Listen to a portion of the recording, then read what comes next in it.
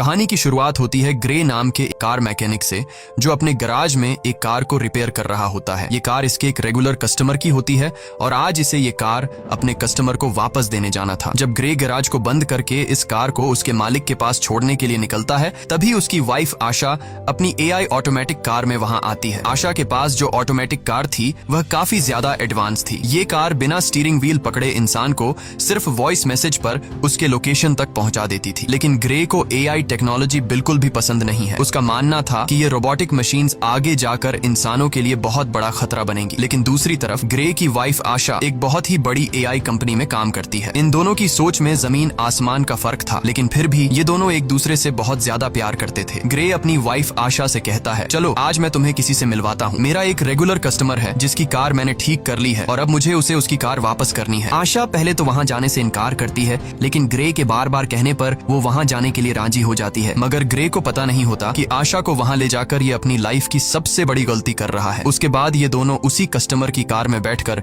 उसके घर की तरफ निकल पड़ते हैं और आशा की ऑटोमेटिक कार भी उनके पीछे आ रही होती है, ताकि जब ग्रे अपने कस्टमर को उसकी कार उसके हवाले कर दे तो ये लोग अपनी ऑटोमेटिक कार में घर को वापस आ सके। वहाँ पहुँचने पर ग्रे अपनी वाइफ को एक आदमी एरन से मिलवाता है। तब ग्रे की वाइफ उसे देखकर काफी हैरान रह जाती है, क्योंकि एरन एक बहुत बड़ी टेक कंपनी का मालिक था। उसकी कंपनी AI ऑटोमेटिक चीजें बनाती थी। यहाँ आशा अपने हस्बैंड ग्रे से कहती है, तुमने मुझे पहले क्यों नहीं बताया कि तुम मुझे एरन से मिलवाने ला रहे हो। असल में एरन ही ग्रे का रेगुलर कस्टमर था। लेकिन यहाँ हम देखते हैं कि एरन का नेचर थोड़ा अजीब सा था। उसे यह भी नहीं पता था कि जब किसी से मिलते हैं तो किस तरीके से मिला जाता है। आशा एरन से कहती है, मैं भी एक AI टेक कंपनी में काम करती हूँ जो जल्द ही तुम्हारी कंपनी के बराबर में आ जाएगी। जिस पर एरन मुस्कुराते हुए कहता है, ऐसा कभी नहीं हो सकता, चलो दिखाता हूँ क्यों। और फिर एरन उन दोनों को अपनी लैब में ले गया। वहाँ एरन ने खुद का बनाया हुआ एक स्पेशल चिप बताया, जो कि एक AI यानी आर्टिफिशियल इंटेलिजेंस चिप थी, और उस चिप को उसने नाम दिया था स्टेम। वो बताता है कि ये चिप कुछ भी कर सकती है, क्योंकि इसमें बहुत सारे पावर्स हैं और इससे तेज दिमाग आज तक किसी ने भी नहीं बनाया। इस इन्वेंशन को देखने के बाद ग्रे और उसकी वाइफ अपनी इलेक्ट्रिक कार से घर वापस जा रहे होते हैं। कार ऑटोमेटिक मोड पर थी। आशा और ग्रे गाड़ी के पिछले सीट में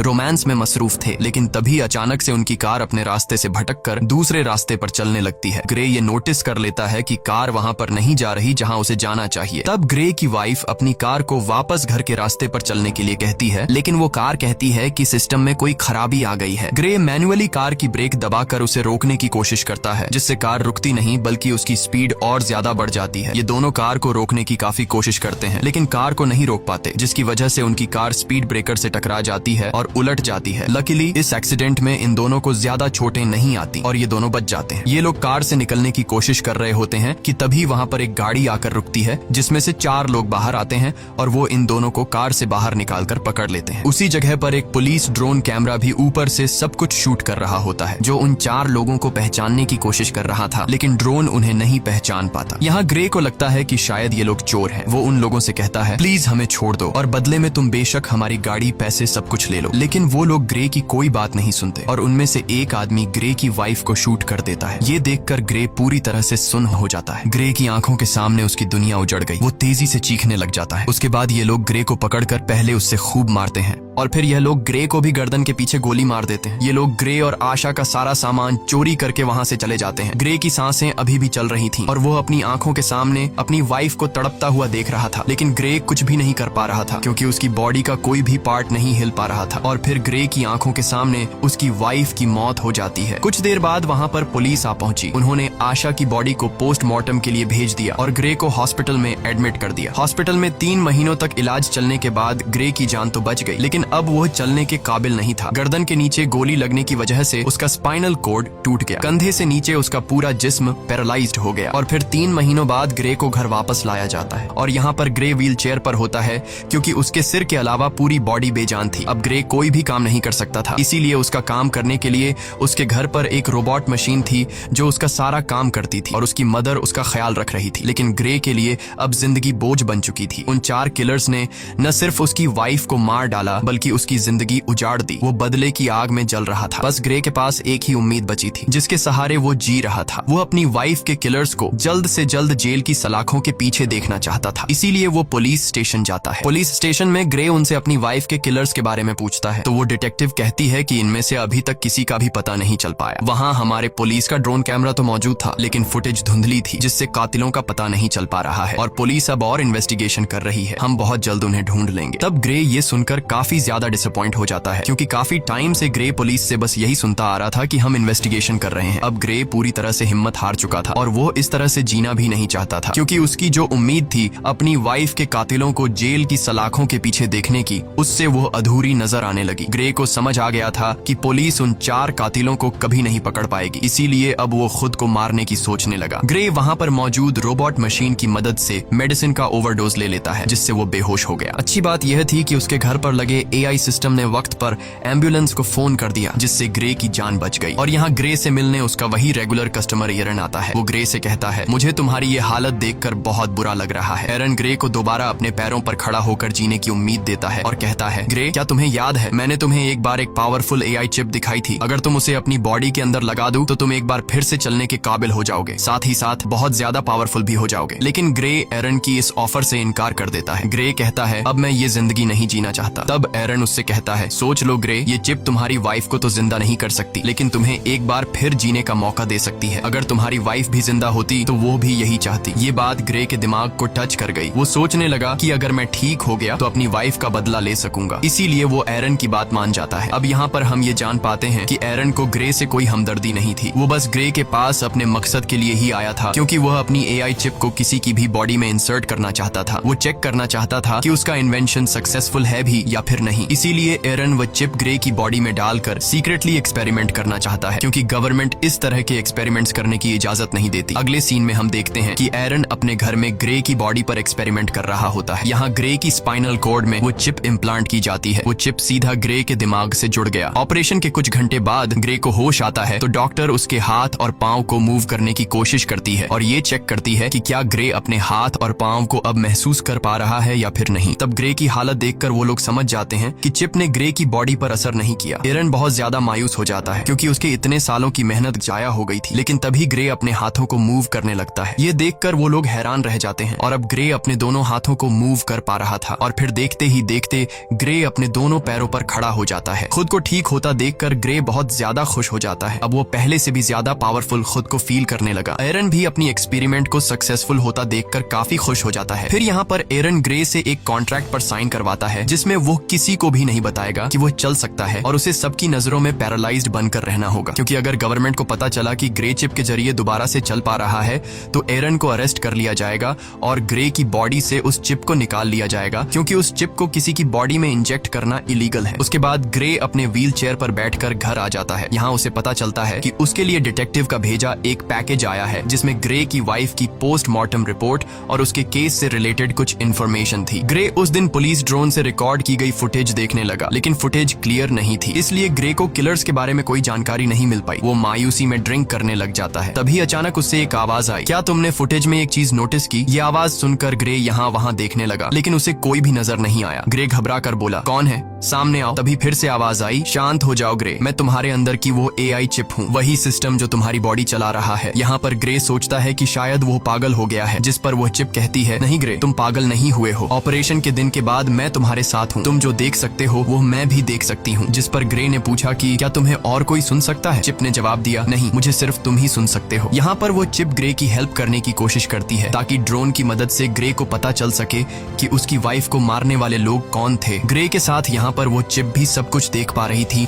जो ग्रे अपनी आंखों से देख सकता था। चिप ग्रे का ध्यान फुटेज में एक किलर की तरफ करती है और कहती है, देखो ग्रे, इन चारों में से एक की बॉडी पर टैटू बना हुआ है, लेकिन ये टैटू बिल्कुल भी क्लियर नहीं दिख रहा था। इसलिए ग्रे बोला, ये तो बहुत ज्यादा ब्लर है, इसे मैं देख नहीं सकता। जिस पर वो चिप कहती है, तुम्हें नहीं दिख रहा, पर मैं तो देख सकती हूँ। मैं इस टैटू का एक क्लियर इमेज बना सकती हूँ, बस तुम एक पेपर और पेंसिल उठा लो। ग्रे के पेपर और पेंसिल उठाने के बाद चिप ग्रे के हाथ की मदद से बिल्कुल परफेक्ट वही टैटू बना लेती है। और जब ग्रे उस टैटू को देखता है तो पता चलता है कि यह एक मिलिट्री टैटू है। रिसर्च करने के बाद ग्रे को उस टैटू वाले आदमी के बारे में पता चल जाता है। ग्रे हैरान रह जाता है कि उस चिप ने तो कुछ ही मिनटों में उस कातिल का टैटू और एड्रेस निकाल कर दे दिया, जो कि पुलिस कई महीनों से इन्वेस्टिगेशन करने के बावजूद भी उन कातिलों को ढूंढ नहीं पाई। ग्रे बहुत खुश हो जाता है, क्योंकि उसे अपनी वाइफ के किलर्स में से एक किलर का पता चल चुका था। तब ग्रे उसके बारे में पुलिस को इन्फॉर्म करने का सोचता है, लेकिन यहाँ चिप ग्रे को ऐसा करने से रोक देती है। वो उससे याद दिलाती है कि तुम्हें एरन ने ये सब कुछ करने से मना किया था। तुम भूल गए कि तुमने एरन के साथ कॉन्ट्रैक्ट साइन किया था कि तुम लोगों के सामने कभी भी ये नहीं जाहिर करोगे कि तुम चल फिर सकते हो, और अगर तुम पुलिस को इस किलर के बारे में बताओगे तो पुलिस उल्टा तुमसे पूछेगी कि तुम्हें कैसे इन किलर्स के बारे में पता चला और तुमने ये टैटू किस तरह से बनाया। ग्रे चिप से पूछता है, तो फिर तुम बताओ अब मैं क्या करूं? चिप ग्रे से कहती है, पहले तुम खुद उस आदमी के एड्रेस पर जाओ और उसके खिलाफ सबूत इकट्ठा करो। इसीलिए ग्रे अब खुद वहां पहुंच जाता है, लेकिन वहां पर पुलिस ड्रोन थे, इसीलिए ग्रे उन ड्रोन के सामने अपनी व्हील चेयर पर ही बैठा रहता है। और जब ड्रोन वहां से चले जाते हैं तो ग्रे चुपके से वहां से खड़ा होकर किलर के घर की तरफ जाता है। वो किलर के घर के दरवाजे को खोलकर घर के अंदर चला जाता है। वहां जाकर वो एविडेंस ढूंढने लग जाता है और यहाँ पर ग्रे को पता चलता है कि उस किलर को किसी ने बहुत सारे मैसेजेस किए हैं। ग्रे के अंदर लगी चिप उन मैसेजेस को कुछ सेकंड के अंदर ही पढ़ लेती है। चिप ग्रे से कहती है कि इन मैसेजेस में ओल्ड बोन नाम की जगह का बार बार बताया गया है, क्या तुम्हें इसके बारे में कोई जानकारी है? ग्रे ने कहा, हाँ, ये हमारे घर के पास ही एक बार का नाम है। इन्हीं बातों के बीच ग्रे को किसी के आने की आवाज सुनाई देती है। असल में वहाँ पर वो किलर था जो कि वापस आ गया था। वो किलर देखता है कि उसके टेबल पर सारा सामान बिखरा हुआ है। तभी वो किलर सामने लगे शीशे से ग्रे को देख लेता है। वो फौरन ग्रे पर हमला कर देता है और उससे पूछता है, तुमने मुझे कैसे ढूंढा? तब ग्रे इस बात का कोई जवाब नहीं देता और ग्रे किलर से पूछता है, तुम बताओ मेरी वाइफ को किसने मारा था? वो किलर बहुत ज्यादा ताकतवर था, इसीलिए वो ग्रे पर भारी पड़ने लगता है। इससे पहले कि वो ग्रे को मार पाता, ग्रे के अंदर लगी चिप ग्रे से पूछती है, तुम मुझे अपनी बॉडी का फुल कंट्रोल दो ताकि मैं कुछ कर सकूं। जिसके बाद ग्रे बिना सोचे समझे उसे परमिशन दे देता है। चिप को परमिशन मिलने के बाद ग्रे एकदम से उस किलर पर अटैक कर देता है और उसे काफी बुरे तरीके से मारने लगता है। वो किलर भी परेशान हो जाता है कि आखिर अचानक इसमें इतनी ताकत कहां से आ गई, और ग्रे भी सोच में पड़ जाता है कि आखिर मैं इतना ताकतवर कैसे हो गया। यहाँ पर ग्रे उस किलर को खुद के हवाले करने के लिए कहता है, लेकिन वो किलर उस पर एक नाइफ से अटैक कर देता है। तो वो चिप सारी सिचुएशन को संभालते हुए उस किलर को मार डालती है और तब वो चिप किलर को मारने के बाद बॉडी कंट्रोल ग्रे को वापस दे देती है। ये देखकर ग्रे बहुत परेशान हो जाता है क्योंकि वो किलर को जान से मारना नहीं चाहता था। उसे लगा कि अब उसका जेल जाना पक्का है। वो चिप ग्रे से कहती है कि घबराओ मत ग्रे, तुम्हें कुछ नहीं होगा, बस तुम यहाँ जल्दी से अपने सारे फिंगरप्रिंट्स मिटा दो। अब यहाँ पर वो चिप जैसे कहती है, ग्रे बिल्कुल वैसे ही करता है। कुछ देर बाद पुलिस उस आदमी की बॉडी को पोस्टमार्टम के लिए ले गई, जहाँ हम उस डिटेक्टिव को देख पाते हैं। डिटेक्टिव को पोस्टमार्टम के दौरान पता चला कि उसकी बॉडी के अंदर एक वेपन इंसर्ट था और साथ साथ उसकी पूरी बॉडी में छोटी छोटी वायर्स थी। यानी वो किलर एक अपग्रेडेड इंसान था जो किसी भी आम इंसान से काफी ज्यादा पावरफुल था। दूसरी तरफ एरन ग्रे पर काफी गुस्सा करता है, तुमने उस किलर को क्यों मारा? ये काम काफी रिस्की था, अगर तुम पकड़े जाते तो तुम्हारे साथ मैं भी जेल चला जाता। मैंने इस चिप को तुम्हारे अंदर इसलिए इंसर्ट नहीं किया कि तुम अपनी वाइफ का बदला लो, और अगर दोबारा तुमने इस तरह की कोई हरकत की तो मैं तुम्हारे अंदर की इस चिप को डीएक्टिवेट कर दूंगा, जिसके बाद तुम फिर से पैरालाइज्ड बन जाओगे। इधर डिटेक्टिव भी पता लगाने की कोशिश कर रही होती है कि उस आदमी को किसने मारा। तभी डिटेक्टिव को पता चलता है कि जिस टाइम उस किलर का मर्डर हुआ तो उससे थोड़ा टाइम पहले ग्रे अपनी व्हील चेयर पर उसी एरिया में घूम रहा था। जिसके बाद डिटेक्टिव सीधा ग्रे के घर पर आती है। डिटेक्टिव ग्रे को कहती है कि हमने तुम्हें उस टाइम में उस एरिया में देखा है जिस टाइम उस सर्क नामी आदमी का मर्डर हुआ है। हमें उस आदमी पर पहले से शक था कि उसने तुम्हारी वाइफ को मारा होगा, क्योंकि हमारे पास उसका एक काफी बड़ा क्रिमिनल रिकॉर्ड है और वो उसी एरिया में रहता है जहाँ पर तुम्हारी वाइफ को मारा गया था, और अब कल उसी आदमी का मर्डर हुआ है। तब यहाँ पर ग्रे हैरान होते हुए कहता है, ओ अच्छा, लेकिन अगर तुम ये सोच रही हो कि मैंने उसे मारा है तो तुम्हारी यह सोच गलत है, क्योंकि तुम तो देख सकती हो कि मैं तो पैरालाइज्ड हूँ, और अगर तुम्हें फिर भी यकीन नहीं तो तुम मेरी टांग पर चाकू मारकर देख सकती हो। डिटेक्टिव भी ग्रे पर शक नहीं करती क्योंकि उसे लगता है कि ये तो खुद को नहीं संभाल सकता, तो फिर ये क्या किसी को मार पाएगा। इसीलिए वो ग्रे को बाय कहकर वहां से चली जाती है। डिटेक्टिव के जाने के बाद ग्रे रिलैक्स होकर सांस लेता है क्योंकि उसकी जान बच गई। इसके बाद ग्रे चिप से पूछता है कि अब आगे क्या करना है, तो वो चिप ग्रे को ओल्ड बोन बार में जाने का कहती है।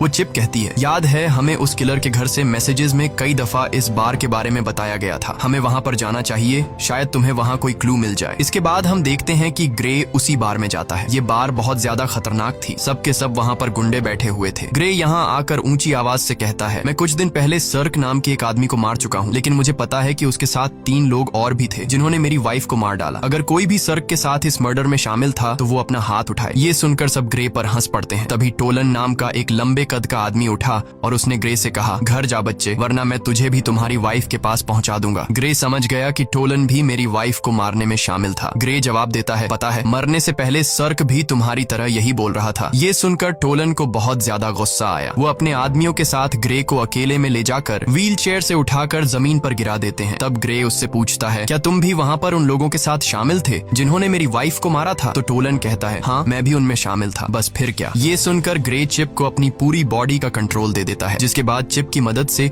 ग्रे उसके पास 2 आदमियों को मार गिरा देता है और फिर टोलन को भी बुरी तरीके से पिटने लग जाता है। ग्रे टोलन को नीचे जमीन पर गिराकर उससे पूछता है, तुम्हारे 2 और साथी कहाँ हैं और तुम लोगों ने मेरी वाइफ को क्यों मारा? लेकिन टोलन डरने के बजाय उल्टा हंस रहा था। वो ग्रे को कुछ भी नहीं बताता। तभी वो चिप ग्रे से कहती है, अगर तुम चाहो तो मैं बड़ी आसानी से इसका मुंह खुलवा सकती हूँ। ग्रे कहता है, क्यों नहीं, तुम जरा ट्राई करो। वो चिप उस किलर का फेस पूरी तरह से कट कर देती है। ग्रे पूछता है, अब बता क्यों मारा था मेरी वाइफ को? टोलन की सारी हेकड़ी निकल गई और फौरन उसने कहा, हमें पैसे मिले थे तुम्हारी वाइफ को मारने के लिए और मुझे फिस्क ने पैसे दिए। लेकिन इससे पहले कि ग्रे उससे फिस्क के बारे में कुछ पूछ पाता, वो आदमी वहीं पर मर जाता है। ग्रे गुस्से में चिप से कहता है, मैंने उसे मारने को तो नहीं कहा था, बस तुम्हें सिर्फ इसका मुंह खुलवाना था। तभी ग्रे की नजर उस मरे हुए आदमी के गले में लगी चेन पर पड़ी, जिस पर उसे बनाने वाली कंपनी का बोल्ट नाम लिखा था। ये देखकर ग्रे को शॉक हुआ, क्योंकि उस कंपनी में ग्रे की वाइफ आशा काम करती थी, यानी आशा के अपने ही कंपनी वाले उसे मरवाना चाहते थे। उधर एरिन को पता चल चुका था कि ग्रे ने फिर से किसी की जान ले ली। अब वो जल्दी से चिप को शट डाउन करने की कोशिश कर रहा था। तभी वो चिप ये बात ग्रे को बता देती है कि मुझे एरिन शट डाउन करने की कोशिश कर रहा है, इसीलिए हमें जल्द से जल्द कुछ करना होगा। ग्रे बोला, अब क्या करें? तभी वो चिप ग्रे को एक हैकर के बारे में बताती है, ताकि उस हैकर की मदद से एरिन की इनपुट को हटा सके, जिससे एरिन का होल्ड खत्म हो जाएगा और वो कुछ भी नहीं कर पाएगा। चिप ग्रे को जेमी नाम के एक हैकर का पूरा एड्रेस दे देती है। इसके बाद ग्रे उस हैकर के पास जाने लगता है। कुछ देर बाद ग्रे उस हैकर के फ्लैट तक पहुंच जाता है, लेकिन दूसरी तरफ एरिन उस चिप को 30% शट डाउन कर देता है, जिससे ग्रे की एक टांग पैरालाइज हो जाती है। लेकिन ग्रे फिर भी हिम्मत करके ऊपर जाता है। एरिन तेजी से चिप को शट डाउन करने के काम पर लगा रहता है, जिससे ग्रे का एक हाथ और एक पांव पैरालाइज हो जाता है। लेकिन इससे पहले कि एरिन ग्रे को पूरी तरह से पैरालाइज कर देता, ग्रे हैकर के डोर तक पहुंच जाता है। इसके बाद एरिन ग्रे को 100% शट डाउन कर देता है। अब ग्रे पूरी तरह से पैरालाइज हो चुका था। अच्छी बात यह थी कि ग्रे हैकर के दरवाजे तक पहुंचकर नॉक कर चुका था। इसके बाद जेमी नाम का एक हैकर दरवाजा खोलता है। ग्रे ने जेमी को कुछ पैसे दिए और जो कुछ चिप ने उसे समझाया था वो उसने हैकर से कहा। हैकर ने ग्रे को घर के अंदर लाया और उसके कोडिंग में काम शुरू कर दिया। तभी हम दूसरी तरफ उस बार में 2 आदमियों को देखते हैं जहां ग्रे ने टोलन को मारा था। उनमें एक तो वही आदमी था जिसने ग्रे की वाइफ को गोली मारी थी और उसी का नाम फिस्क है। अब यहाँ पर फिस्क बार के ओनर पर गुस्सा करता है, क्योंकि ग्रे उसके एक आदमी को मारकर चला गया और बार के ओनर ने कुछ भी नहीं किया। फिस्क उस बार के ओनर को मार देता है। फिस्क अपने साथी को मरा हुआ देखकर बहुत ज्यादा गुस्सा हो जाता है। यहाँ पर फिस्क अपने साथी की आंख में एक पतली सी पिन घुसाता है और उस पिन डिवाइस से फिस्क को सब कुछ पता चलता है और उसे यह भी पता चल जाता है कि इस वक्त ग्रे कहाँ पर है। इसके बाद फिस्क और उसका साथी वहाँ जाने के लिए निकलते हैं। दूसरी तरफ हैकर ने ग्रे के सिस्टम को फ्री कर दिया। बस अब चिप को सिर्फ रीस्टार्ट करने की देर थी और हैकर ग्रे को बताता है कि कुछ देर बाद तुम्हारे अंदर लगी चिप रिबूट हो जाएगी। तभी वह हैकर देखता है कि 2 लोग यहाँ पर आ रहे हैं और वह 2 लोग थे फिस्क और उसका साथी। इसके बाद फिस्क और उसका साथी दरवाजा तोड़ने की कोशिश करते हैं, जहाँ पर वह चिप ग्रे की बॉडी में फिर से बूट होने लगती है, जिससे ग्रे का एक हाथ दोबारा काम करने लगता है। यहाँ पर फिस्क और उसका साथी दरवाजा तोड़कर अंदर आ जाते हैं। अंदर आकर वह दोनों देखते हैं कि ग्रे जमीन पर पैरालाइज पड़ा हुआ है। जैसे ही ये दोनों ग्रे को मारने वाले थे, तभी अचानक ग्रे की बॉडी के अंदर लगी चिप रिस्टार्ट हो जाती है और ग्रे फौरन वहाँ से भागने लगता है। तब यहाँ पर फिस्क का साथी भी फायरिंग करते हुए उसका पीछा करता है। ग्रे खुद को बचाते हुए ऊपर बिल्डिंग की छत पर चढ़ जाता है। अब आगे जाने का कोई रास्ता नहीं था, इसलिए ग्रे वहीं पर रुक जाता है। यहाँ पर वह चिप अपनी पावर दिखाती है और बड़ी ही बेरहमी से फिस्क के साथी को मार देती है। जब तक फिस्क वहाँ पर आता है तब तक ग्रे वहाँ से जा चुका होता है। इसके बाद ग्रे जब अपने घर आता है तो उसकी मदर उसे देख लेती है कि उसकी पूरी बॉडी पर खून लगा हुआ है। साथ ही ग्रे अपने पैरों पर भी खड़ा हुआ है, यानी अब वह पैरालाइज नहीं है। इसके बाद ग्रे अपनी मदर को इस सब के बारे में बता देता है कि वह किस तरह से एरिन की चिप की वजह से दोबारा ठीक हो गया है। साथ ही ग्रे अपनी मदर को इस बात को सीक्रेट रखने के लिए भी कहता है। उधर एरिन बहुत ज्यादा टेंशन में होता है, क्योंकि उसके हाथ से अब ग्रे और वह चिप निकल चुके थे। उस हैकर के इनपुट डालने के बाद एरिन उसे ट्रैक नहीं कर पा रहा था। इसके बाद ग्रे की मदर वहाँ पर आकर उसे बताती है कि वह डिटेक्टिव आई है। यहाँ पर डिटेक्टिव ग्रे से कहती है कि तुम्हारी व्हील चेयर उस जगह से मिली है जहाँ पर दूसरा मर्डर हुआ है, तुम इस बारे में क्या कहोगे? इस पर ग्रे कहता है, हाँ मैं वहाँ पर था, लेकिन मैंने किसी को नहीं मारा। अब डिटेक्टिव को भी ग्रे पर शक होने लगा था। तब डिटेक्टिव उससे कहती है कि 3 लोग मारे जा चुके हैं और तीनों वही हैं जिन पर हमें शक था कि उन्होंने ही तुम्हारी वाइफ को मारा होगा, और हर बार तुम वहाँ पर पाए जाते हो जहाँ पर मर्डर होता है, तो हो सकता है तुम किसी को पैसे देकर ये सारे मर्डर्स करवा रहे हो। तब ग्रे उससे कहता है, अगर आपको ऐसा लगता है तो आप मेरी कॉल रिकॉर्ड चेक कर सकती हैं। तब यहाँ पर वह डिटेक्टिव कुछ नहीं कह पाती और जाते वक्त वह चुपके से ग्रे की जेब में माइक्रोफोन डालकर चली जाती है। ग्रे को अब रियलाइज होने लगा कि कातिलों को सजा देने के जुनून में अब वह खुद एक कातिल बन चुका है। ग्रे कहता है, अब मुझे ये सब कुछ बंद करना होगा। तो वह चिप कहती है, नहीं ग्रे, हमें इस आखिरी आदमी को मारना होगा जिसका नाम फिस्क है, क्योंकि अगर हमने इसे नहीं मारा तो वह हमें मार देगा। लेकिन ग्रे अब और किसी को नहीं मारना चाहता था, इसलिए वह चिप से कहता कहता है बस अब बहुत हो गया, तुम मेरे दिमाग से निकल जाओ। तभी ग्रे की बॉडी अनकंट्रोल होकर पीछे तकिए पर गिर जाती है। ग्रे ने चिप से परेशान होकर पूछा, मैं हिल क्यों नहीं पा रहा हूँ। इसके बाद वह चिप ग्रे को कहती है, उस हैकर ने जो कोड मेरे सिस्टम में एंटर किए हैं उसकी वजह से मैं पूरी तरह से आजाद हो चुकी हूँ। इसका मतलब ये है कि अब वह चिप ग्रे की परमिशन के बिना वो सारे काम कर सकती है। ग्रे, अब मुझे तुम्हारी बॉडी का फुल कंट्रोल मिल चुका है, अब तुम मेरी मर्जी के मुताबिक चलोगे। अगर मैं चाहूँ तो तुम अपने हाथ की एक उंगली तक हिला नहीं पाओगे। ये सुनकर ग्रे के गले में सांसें अटक गईं। यहाँ पर ग्रे और चिप आपस में जो बातें कर रहे थे, दूसरी तरफ डिटेक्टिव भी वह सारी बातें सुन रही थी, क्योंकि उसने ग्रे के पॉकेट में एक माइक्रोचिप डाला था। लेकिन यहाँ पर डिटेक्टिव को ये बात समझ नहीं आती कि ग्रे जिसे बात कर रहा है आखिर वो है कौन। इसके बाद चिप ने ग्रे से कहा, अब चलो ग्रे, हमें उस आखिरी कातिल को खत्म करना है। अब ग्रे अपनी बॉडी पर पूरी तरह से कंट्रोल खो चुका था, इसलिए चिप उनसे जो कहता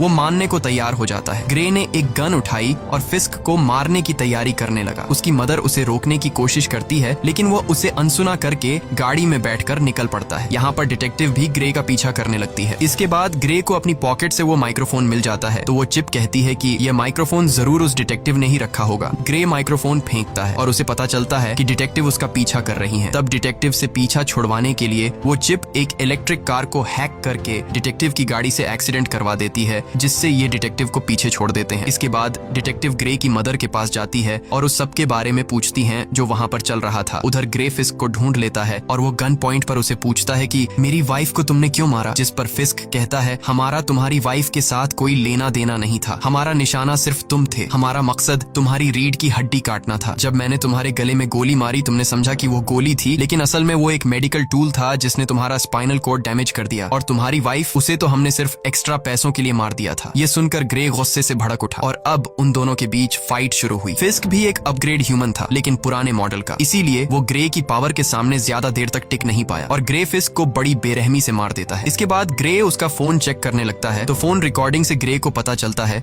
कि यह सबके पीछे कोई और नहीं बल्कि एरन है। उसी ने ग्रे की वाइफ को मरवाया और ग्रे को पैरालाइज कर दिया। अब ग्रे बिना कुछ सोचे एरन को मारने के लिए उसके घर में जाता है, लेकिन वहाँ एरन अकेला बैठकर रो रहा था। ग्रे ने एरन से पूछा, क्यों किया ऐसा तुमने, मैंने तुम्हारा क्या बिगाड़ा था। एरन कहता है, ये सब मेरी प्लानिंग नहीं थी, मैंने तुम्हारी वाइफ को नहीं मरवाया। ग्रे कहता है, झूठ मत बोलो, मैंने तुम्हारी रिकॉर्डिंग मोबाइल पर सुन ली है। इससे पहले कि ग्रे एरन को मार पाता, पीछे से डिटेक्टिव आकर ग्रे को गन फेंकने के लिए कहती है और जैसे ही डिटेक्टिव ग्रे के पास आती है तो ग्रे डिटेक्टिव को गिरा देता है। अब यहाँ उस डिटेक्टिव को ग्रे मारना नहीं चाहता था, लेकिन वो चिप मारना चाहती थी। ग्रे अपनी पूरी जान लगाकर डिटेक्टिव के गले से अपना हाथ हटा लेता है। अब चिप ग्रे से कहती है, क्या अब तुम मुझसे ही लड़ना चाहते हो? तुम्हें पता नहीं है कि तुम्हारा दिमाग मेरे कंट्रोल में है, तुम जानते हो कि मैं तुम्हें दर्द भी दे सकती हूँ। इसके बाद वो चिप ग्रे के हाथ से चाकू उठाती है और उसके दूसरे हाथ में दे मारती है, जिससे ग्रे चीखने लग जाता है। ग्रे अब फिर से डिटेक्टिव को मारने के लिए आगे बढ़ा। वो उसे मारने ही वाला था कि डिटेक्टिव उसे टेजर गन से शॉक दे देती है, जिससे वो नीचे गिरकर पैरालाइज हो जाता है। इसके बाद एरन हाथ में बंदूक लिए ग्रे की तरफ आगे बढ़ा और यहाँ पर होता है मूवी का मेन प्लॉट रिवील। यहाँ पर एरन कहता है, इस चिप को मैंने बनाया था और तुमसे पहले मैं इस चिप से बातें करता था और मुझे चिप ने बताया कि वो इंसानों की तरह बनना चाहती है। मैंने वही किया जो तुम्हारे गले में लगी चिप ने मुझसे करवाया। फिस्क को कॉन्ट्रैक्ट देकर तुम्हारी वाइफ को मरवाना, तुम्हें पैरालाइज करना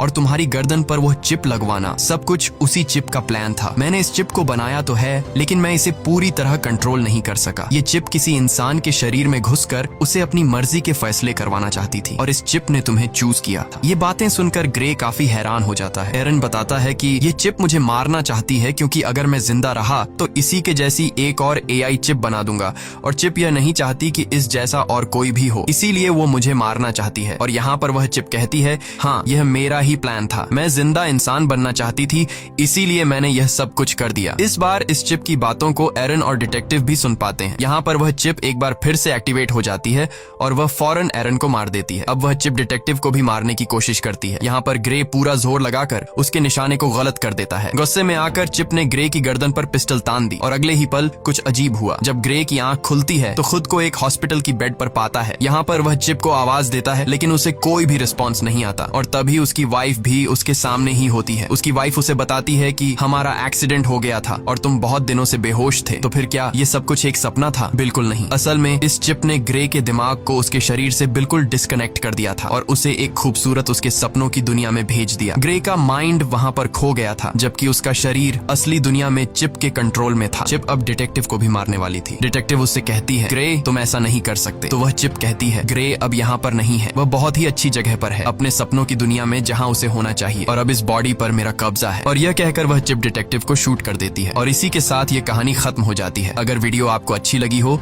तो हमारे चैनल को सब्सक्राइब और वीडियो को लाइक जरूर कीजिएगा।